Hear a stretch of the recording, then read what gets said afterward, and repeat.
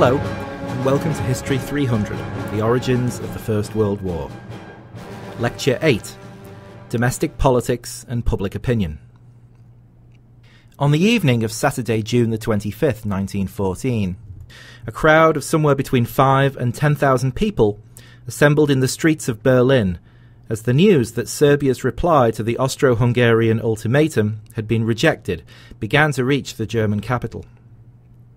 Large groups within the crowd began singing patriotic German songs, and eventually the crowd began to move towards the imperial palace of Kaiser Wilhelm II, hoping that the German leader would appear on the balcony to greet them. They were to be disappointed, for the Kaiser was away on his yacht on his annual vacation in the North Sea. Disappointed, groups of revellers made do instead with lesser sites of celebration: the Austro-Hungarian embassy, the imperial chancellery, the War Office, and even the Italian embassy, a somewhat premature move given that the Italians were going to bail out of their alliance with Germany within a few days. It was nearly dawn before the last songs were sung and the last slogans shouted. The Berlin crowd was back the following night, and although the streets were relatively quiet during the working week that followed, they filled out once more on Friday, July the 31st, and on Saturday, August the 1st, the day Germany mobilised and declared war on Russia. On the Saturday night, the crowd was finally rewarded with a sight of the Kaiser, who had returned to Berlin a few days earlier. He appeared on the royal balcony and said to his assembled subjects, "I no longer recognise parties or religious differences. Today we are all German brothers, and only German brothers." This gendered language, treating citizenship as essentially male, was typical of 1914, it should be noted. The cheering was so loud that few people in the crowd actually heard anything else the Kaiser proceeded to say. That night, Berlin resembled an enormous party, drunk, as one historian has put it, with the drama of the nation at war. Such scenes were not restricted to Berlin. They were also to be seen in Vienna, in Paris, and in St. Petersburg, as the war reached these capitals. In London, on the night of Tuesday, August the 4th, 1914, when Britain declared war on Germany, King George VI and the royal family were hailed with wild, enthusiastic cheers, applause, and spontaneous singing of the national anthem by a record crowd which had assembled outside Buckingham Palace. All over Europe, such jubilation occurred as people readied themselves to fight for their king, their Kaiser, their Tsar, or their sacred patrie. This enthusiasm is sometimes referred to as the August Experience, a unifying event which demonstrated that the internal divisions which had seemed to plague all the great powers before the crisis had dissipated with the onset of war, and united all of their peoples behind the war effort.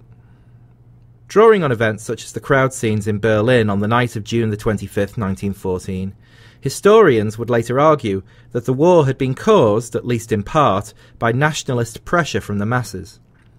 That is to say, the general sense that existed in each country, fueled by jingoistic propaganda, of national and racial superiority and the inferiority of other, lesser peoples that surrounded them.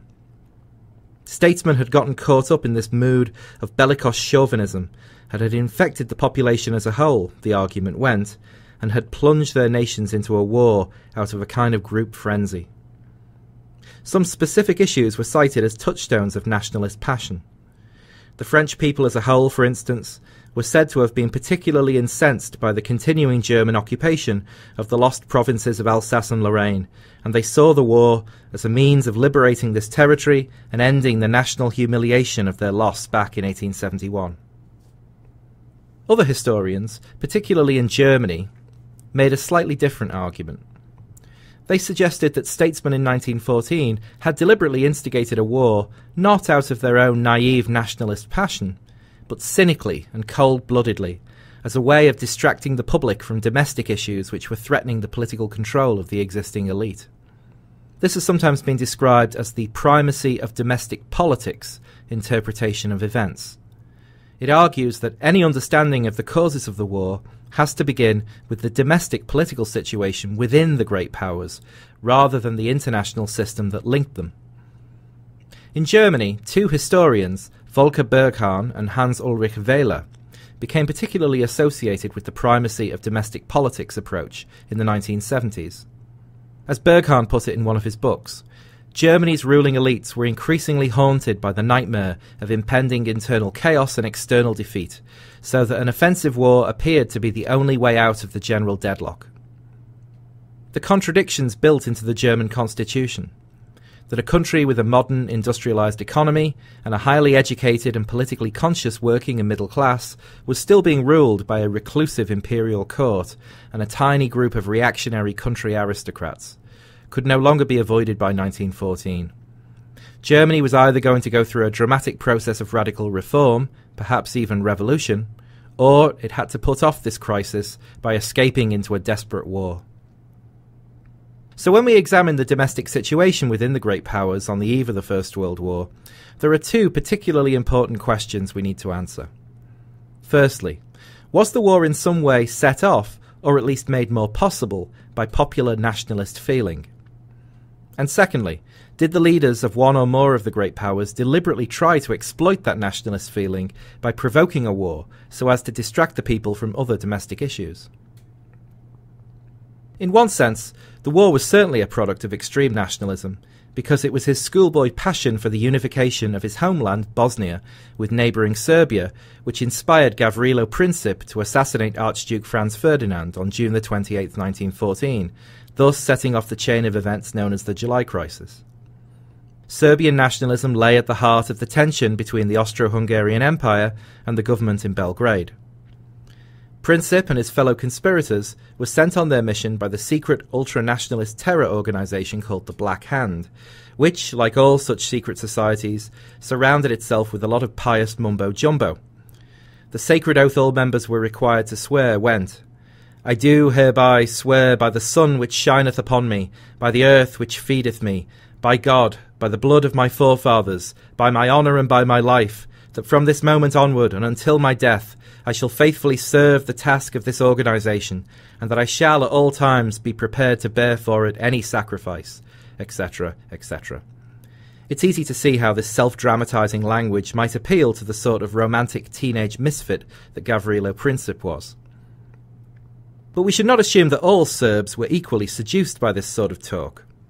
For instance, the Prime Minister in Belgrade in 1914, Nikola Pasic, was every bit a staunch and proud Serbian who had dedicated his career to the service of his country. He had no love for Austria-Hungary, nor particularly for Franz Ferdinand. But Pasic also had no desire to see the Archduke assassinated by a gang of teenage hotheads in 1914. The Serbian army had just endured two demanding wars in the Balkans and was going through a process of reorganisation and re-equipment. It was not a good time to contemplate war with a powerful enemy like Austria-Hungary. Plus, Pasic hated and feared the Black Hand even more than he did the Austrians. Remember, this organisation was led by the same man, Dragutin Dmitrijević, who had orchestrated the bloody 1903 killing of the old Serbian royal family. Dmitrijević wanted power in Serbia to lie in the hands of the army, and ultimately in his own hands. He therefore took every opportunity to undermine the authority of the parliamentary government led by Pasic. In July 1914, Serbia was actually in the midst of a general election, sparked by the conflict between Dmitrijević and Pasic. So just because both men were passionate Serbian nationalists, we shouldn't assume that their interests coincided, or that they were equally keen on the idea of a war with Austria-Hungary. As we'll see in a later lecture, it's not even clear that Dmitrijević, who sent Princip on his fateful mission, necessarily wanted the young man to even succeed. It's quite possible that Franz Ferdinand's death took him almost as much by surprise as everyone else. In the same way, it's important that while we recognise the existence of popular nationalist feeling throughout all of the European great powers in 1914, that we not oversimplify or exaggerate it. As Michael Nyberg argues in the essay we're reading this week, in many ways Europe in 1914 was a more peaceful place than it had been for many years, a continent in which many of the old nationalist rivalries actually seem to be receding in potency due to the increased interconnectedness of daily life across the continent. Even the displays of patriotic fervour in Berlin, Paris, Vienna, St. Petersburg and London in the final days of the July crisis have to be treated with some caution as evidence of ultranationalism gone wild. A crowd of 10,000 people might seem impressive, for instance, but when we consider that Berlin had a population of over 2 million in 1914, that means that 1 in 200 of its citizens were out parading on the night of July the 25th, or, to put it another way, that means that 199 out of 200 of them were not. Public displays of patriotism seem to have been mainly restricted to young middle-class men living in the capital cities. There was much less evidence of popular celebration in provincial cities or towns, or in the countryside. Nor can we be sure exactly what the motives of all these revellers were. Some of them, to be sure, went out into the streets in order to demonstrate their patriotic enthusiasm, but many of them may have gone out of simple curiosity, or a desire to find out what was going on in the midst of a sudden and confusing international crisis, or simply in order to have a good time. It's also important to note the considerable anti-war activity that took place during the final days of the July crisis, activity that was later excised from the official memory of events. On Tuesday, July the 28th, 1914, for instance, as many as 100,000 people, that is, 10 or 20 times the crowd who had assembled in front of the Imperial Palace the previous Saturday, took part in various meetings of the Social Democratic Party throughout Berlin, at which the demonstrators pledged to take no part in a war of aggression against their neighbours. Similar meetings were held in the capitals of the other great powers. A large anti-war protest took place on the 2nd of August in Trafalgar Square in London, organised by socialists and trade unionists. As we'll see when we discuss the July crisis in more detail, these left-wing anti-war protests ultimately failed to have much effect on events, because the governments of each of the great powers was able to make at least a superficially plausible case that it was going to war as an act of national self-defence, not an act of aggression. But even so, this demonstrates that patriotic loyalty was not unconditional. The mass of ordinary citizens were willing to respond to the call to arms of their nations, but only once they were satisfied that the cause that they were being asked to fight for was genuinely a just one. Nationalism had its definite limits as a motivating force. In any case, the decisions that were made during the July crisis were made by tiny groups of statesmen in the various capitals of Europe. Until the last days of the crisis, few people amongst the general public had much idea what was actually going on, and their appearance in the streets of the capitals may have been as much simply to try and gain information as to demonstrate their patriotic loyalty. Statesmen were not immune to nationalist feelings of their own, of course, but a close reading of the decisions they actually took during the July crisis suggests that their behaviour was far more complex and unpredictable than nationalism alone can explain. So what of the primacy of domestic politics? The theory that Europe was deliberately steered into war by politicians concerned more about political crisis within their own borders than threats from foreign powers. There is certainly something to this with regard to Austria-Hungary.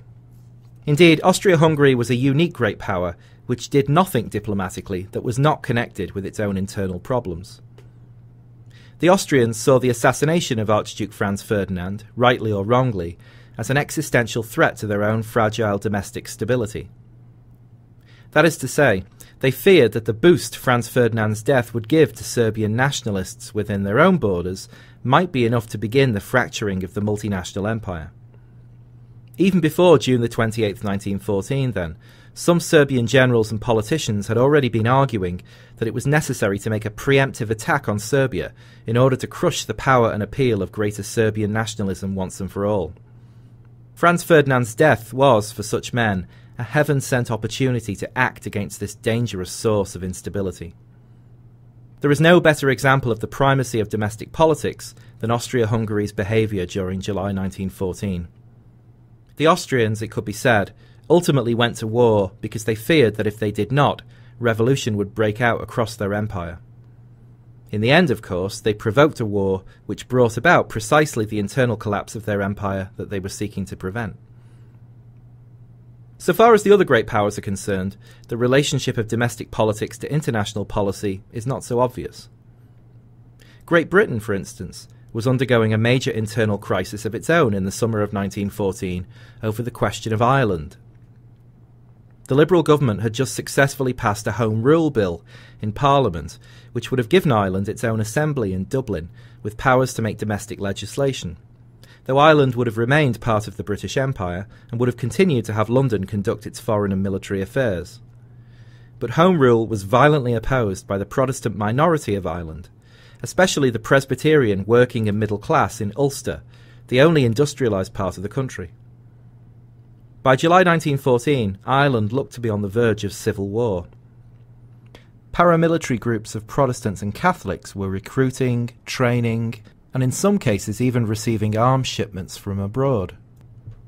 The government in London had been privately warned that it could not necessarily rely on the army to defend its own Home Rule policy, because many army officers were from Irish Protestant families and sympathised with the Ulster diehards. Quite possibly, much of the army would mutiny or dissolve once the first shots were fired. It was then an enormous relief to the government when both sides in Ireland rallied to its support when conflict with Germany loomed. The leaders of the paramilitary forces not only agreed to suspend mutual hostilities in Ireland while the war in Europe went on, but they even offered their own troops to the government as loyal defenders of the empire. On the face of it, then, it might seem as though the British government deliberately aggravated tension with Germany in order to defuse the incipient Irish Civil War. But there's no evidence that this was on the minds of the decision-makers in London during the July crisis. Indeed, they were worried that chaos in Ireland would prevent the British armed forces from acting against the Germans at all. The sudden ceasefire that broke out across the Irish Sea took them completely by surprise and was a welcome but totally unexpected result of the crisis. Germany represents the most difficult case of all. For all of Bismarck's success in unifying the various German states in 1871, even as powerful a statesman as he was, could not resolve all of the internal tensions within the new empire. Some of the formerly independent regions of the new German state, such as Bavaria and Saxony, resented the imposition of what was to them foreign rule by Prussia. The new German Parliament, the Reichstag, was elected by universal male suffrage, but its powers were very limited, frustrating many of the millions of articulate and well-educated German citizens who sought to have a greater say in the running of their own country. Important powers were restricted to the old Prussian Parliament, which remained in existence after unification and which controlled large portions of the empire. Election to this Prussian Parliament, or Diet, was restricted to a small privileged aristocratic elite, the Junker landholding class. Demands for reform of this Diet and for other sweeping changes to the German constitution were made both by liberals, who wanted to see Germany more closely resemble a limited constitutional monarchy like Britain, and by the Social Democratic Party, which was, at least in theory, a Marxist party seeking international proletarian revolution. By 1912, despite many attempts by the imperial government to disrupt or suppress its activities, the SDP had become the single largest political party in the Reichstag, and it represented a major thorn in the side of the Kaiser and his Junker entourage. One of the ways in which the government in Berlin responded to the threat of the SDP was by the promotion of the Weltpolitik program of colonial expansion and the creation of a German navy. These were not only seen as good for their own sake, but it was also hoped that by generating popular nationalist enthusiasm, they would deplete support for the socialists. Both the colonial and navalist programs did win the support of many ordinary German people for the government, and they were also attractive to powerful economic interests, like the industrial magnates who sought to benefit from state contracts for battleships. But they were equally opposed by some conservatives within Germany. Many of the traditional Prussian Junkers, for instance, disliked the attention being given to the navy because it directed funds away from the army. As I've mentioned before, the German federal government had a very limited ability to generate revenue, and so spending on one branch of the armed services made it difficult to spend on another. By 1912, in fact, Weltpolitik and navalism were being seen, even by many supporters and members of the government, as having failed. During the final 2 years immediately before the outbreak of the First World War, the German government directed far more of its energy to building up the army and preparing for a potential conflict with France and Russia on the European continent than it did seeking colonial conquests in Africa or challenging the British for control of the North Sea. Throughout his reign, the Kaiser often made comments suggesting that he was willing, indeed eager, to launch a sort of revolution from above in his own country, and to violently dissolve the Reichstag and crush the meddlesome Social Democrats once and for all. In 1891, when swearing in new recruits at the army depot at Potsdam, he is supposed to have told the new young soldiers, "The German army must be armed against the inner foe as well as the foreign. More than ever, unbelief and discontent raise their head in the fatherland, and it may come about that you will have to shoot or bayonet your own relatives and brothers." Such fantasies about a bloody coup cropped up thereafter in private conversation with his generals. But given Wilhelm's hot-headed tendencies, it's hard to take this sort of rhetoric all that seriously.